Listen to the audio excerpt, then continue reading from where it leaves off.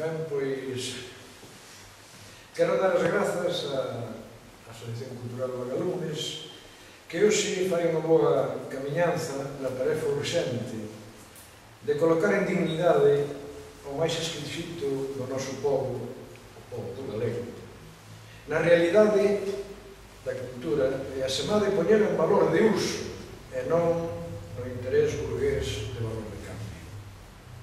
Dar as grazas a Amalia, a Xosé Luís, fillos de Alexandre Bóvedas, amigos, guías importantes no ir a no chegar ás lectoras e aos lectores deste libro.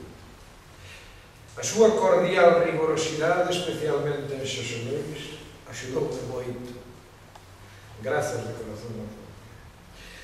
Grazas a Xosé Luna, que xunto con Pancho Pillado e Sandra, de Laio Vento, foron animadores constantes de cada hora, mas amigos, para que este libro fose adiante. Grazas a Gonzalo Constela e a Xoan Carlos Garrido por estar do meu lado inmediatamente que souberan do proxecto, aportándome material que públicamente digo aínda non lles devolví. Axudaronme realmente a que as referencias para este libro merecen ter hoxe unha presentación. Dar as grazas a todos vós por estardes aquí e axudarme a facer deste momento un deses tempos que o tempo ten, con contido de amizade e afecto. Pois así é este vivir de facer povo a cultura e a lingua, pensamento e sentimento, recordo e memoria viva para todos os defensores da liberdade, da paz e da xustiza, pois soamente así a ser a paz se a xustiza se declara e se vive intensamente.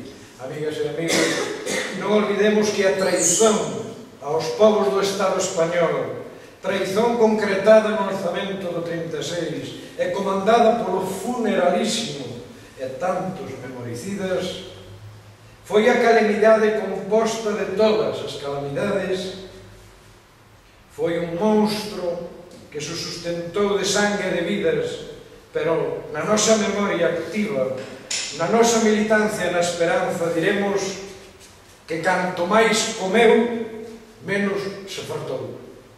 E velaí que os nosos mártires non foi quen de os engulir, e así están presentes, héroes nosos. E falo, entre outros moitos, de Víctor Casas, dos Seis do Regueiro, os da Corporación Democrática Estradense Republicana, dos Ventín, da señora Maripepa de San Picaño, de Ángel Casal e Pepa Areosa, de Camilo Díaz Baliño, de Sisto Aguirre, dos do Amenal, dos guerrilleiros Benigno Andrade, Foncellas, Gómez Galloso, os do Fontao da Avellá, Manuel Ponte Pedreira, Díaz Pamo, Rodríguez o Asturiano, de Daniela Amador, das Pías do Ferrol, de Moncho Reboiras, e tamén das tantas e dos tantos que salvaron da vendima e foron perseguidos. Por todas elas e por todos eles, permitideme hoxe que sexa a presenza representativa da martirización de Alexandre Bóveda aquí na estrada. Pois, amigas e amigos, como dixo o curmán de Dona Amalia, a nai de Amalia de Xosé Luís Bóveda aquí presentes, en cada vila sobrancea unha esfinxe asasina e arredor unha estadea de siluetas macabras. E nós debemos restaurar honra e verdade para que así todo se poña en claro que isto non é botar máis leño ao lume, pois restaurando, pedindo honra e xustiza para os nosos mártires, transterrados, exiliados, silenciados ou represaliados, estamos apagando as chamas e as cinzas definitivas, estamos desde a xustiza pechando feridas para que deixen de dar o queime propio do dolor do sofrimento, pois a memoria tamén debe ser un purgante.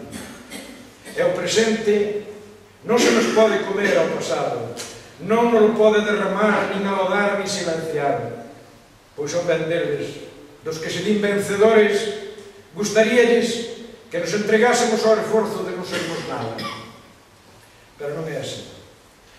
Os nosos afectos, as nosas emocións, os sentimentos de sermos nos acabaron, reviven, volven a chama alumando, e o vento fresco da memoria nosa activada dalle a enerxía propia, a mornura acolledora do recoñecemento e do establecemento de honra.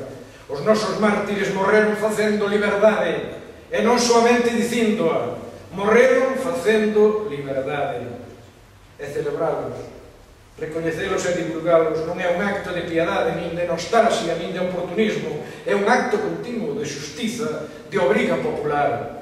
Velaí, amigas e amigos, unha mostra dos nosos proxectos de dignidade como pobo, recoñecer e recordar para que os nosos mortos descansen realmente en paz, pois outros o que fan é cada ano collen, e dicindo celebrar, o que fan é ir ver, por si acaso, eses mortos están ben mortos, actuando como comisarios dos olvidos, dos silencios, pois as súas conciencias tienen das responsabilidades sacadas das súas desmesuras e das moitas barbaridades, e así van e poñenlle pedras nos panteóns para que non saian deles, para que nada se mova, para nada.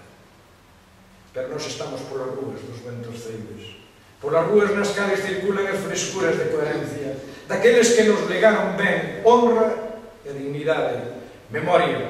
E así, permitideme, recordarvos que pola marcha de mañá domingo a Compostela, pola defensa irrenunciable da nosa lingua galega nosa, en Galiza, collo as palabras de Alexandre Bóveda e digo, todos a Compostela pola defensa firme do noso piar esencial, do noso ideal de Galiza, a nosa lingua, e como di Alexandre, ouvearán os cans no camiño, pero direi que as galegas e os galegos chegaremos a Compostela sen que ninguén, nin nada, sexan quen de nos deter. Ben sabemos que a silveira da cativez, a cobra da incomprensión e da envexa farán canto poidan por nos entorpecer, pero será inútil. Nós temos a forza da nosa fonda identidade que nos define e determina, membros do pobo do galego, con lingua nosa matricial e patria, a lingua galega. Que Galiza saiba tamén que hai milleiros e milleiros de galegas e de galegos con fe no porvir, no idioma como hace irrenunciable de ser e de estar. Que Galiza saiba que hai moitas galegas e galegos capaces de sentir sinceramente un ideal colectivo que solamente se nutre a pensar e facer a través da lingua propia, a nosa, a galega. Nós xa creemos en nós, con todas as consecuencias.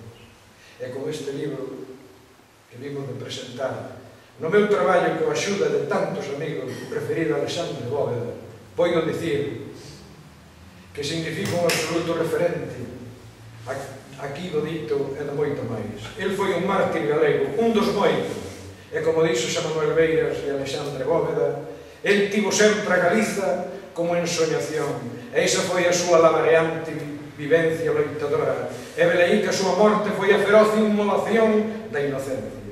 E así, en sentimento de decisión a forza liberadora, diremos en versos de Lorenzo Varela, e permitideme: non choremos, non, mártires da esperanza, ben sei que non queredes máis vaguas que as do pranto que docemente acouga. Galicia baixa choiva, non choraremos, non, que chore, debe chorar, que chore o xuiz verdugo, o crego sin Deus, o que teña na frente unha serpe e o que teña na man a morte podre dos fillos de Caín. Que chore, debe chorar, que chore ata que lle arrebenten os ollos de chorar, mas nós non choraremos. Moitas gracias.